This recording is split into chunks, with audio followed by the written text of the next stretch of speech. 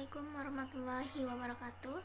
Di sini saya akan membacakan arti Al-Quran menurut bahasa dan menurut istilah. Al-Quran menurut bahasa adalah membaca, sedangkan menurut istilah, Al-Quran adalah firman Allah yang mengandung mukjizat yang diturunkan kepada Nabi Muhammad, yang bagi siapa yang membacanya mendapatkan amal ibadah. Baiklah, selanjutnya saya akan membacakan nama-nama lain dari Al-Quran, yaitu pertama Al-Furqan, artinya pembeda; Al-Zik, artinya peringatan; Mau'izah, artinya aturan; dan terakhir Al-Kitab, artinya kitab. Materi selanjutnya yaitu kehujahan Al-Quran sebagai sumber ajaran dan hukum Islam. Hujah atau hujat banyak digunakan di dalam Al-Quran yang bermakna sebagai tanda, bukti, dalil, alasan atau argumentasi, sehingga berhujah diartikan sebagai memberikan alasan-alasan. Alasan bahwa Al-Quran adalah hujah bagi umat manusia dan bahwa hukum yang dikandungnya adalah yang harus ditaati, dikarenakan Al-Quran diturunkan langsung dari Allah dan diterima oleh manusia dari Allah dengan cara yang pasti, tidak diragukan lagi kebenarannya. Kebenaran Al-Quran.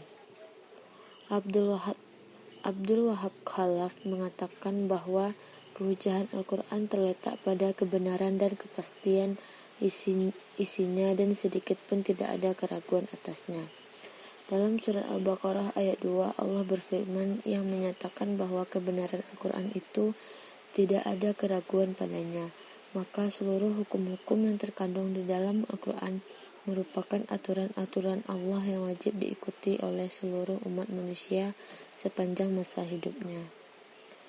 B. Kemukjizatan Al-Quran. Mukjizat merupakan suatu kelebihan yang Allah berikan kepada para nabi dan rasul untuk menguatkan kenabian dan kerasulan mereka, dan untuk menunjukkan bahwa agama yang mereka bawa bukanlah buatan mereka sendiri. Saya akan melanjutkan materi tentang perbedaan hadis qudsi dengan Al-Quran. Menurut Muhammad Tajuddin bin Al-Manawi Al-Hadadi dalam bukunya yang berjudul Al-Itafat As-Saniyah bil Al-Hadis Al-Qudsiyah, yang berarti hidangan yang sangat berharga berupa hadis-hadis qudsi, yang diterjemahkan oleh Dr. Handuz Zainuddin, dijelaskan bahwa Al-Quran adalah firman-firman Allah. Demikian pula dengan hadis qudsi.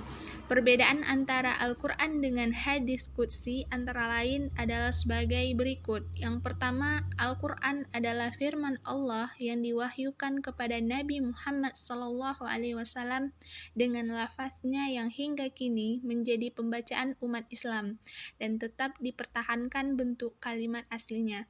Sedangkan hadis qudsi adalah firman Allah yang lafaznya disusun oleh Nabi Muhammad SAW atau oleh malaikat yang menyampaikannya. Yang kedua, Al-Quran hanya diwahyukan kepada Nabi Muhammad SAW dengan perantaraan Jibril. Pembacaannya merupakan amal ibadah, bahkan menjadi salah satu rukun salat, ialah keharusan membaca beberapa ayat, terutama surat Al-Fatihah. Sedangkan hadis-hadis qudsi kadang-kadang diwahyukan melalui Jibril dan ada kalanya diterima oleh Nabi dalam mimpi atau sebagian ilham. Nilai ibadah membaca Al-Quran juga terdapat dalam hadis, yakni barang siapa membaca satu huruf dari Quran, dia akan memperoleh satu kebaikan, dan kebaikan itu akan dibalas 10 kali lipat. Aku tidak mengatakan alif lam mim itu satu huruf, tetapi alif satu huruf, lam satu huruf, dan mim satu huruf. Dan sedangkan hadis qudsi tidak disuruhnya membaca di dalam solat. Allah memberikan pahala membaca hadis qudsi secara umum saja, maka membaca hadis qudsi tidak akan memperoleh pahala seperti yang disebutkan dalam hadis mengenai membaca Al-Quran bahwa pada setiap huruf akan mendapatkan kebaikan.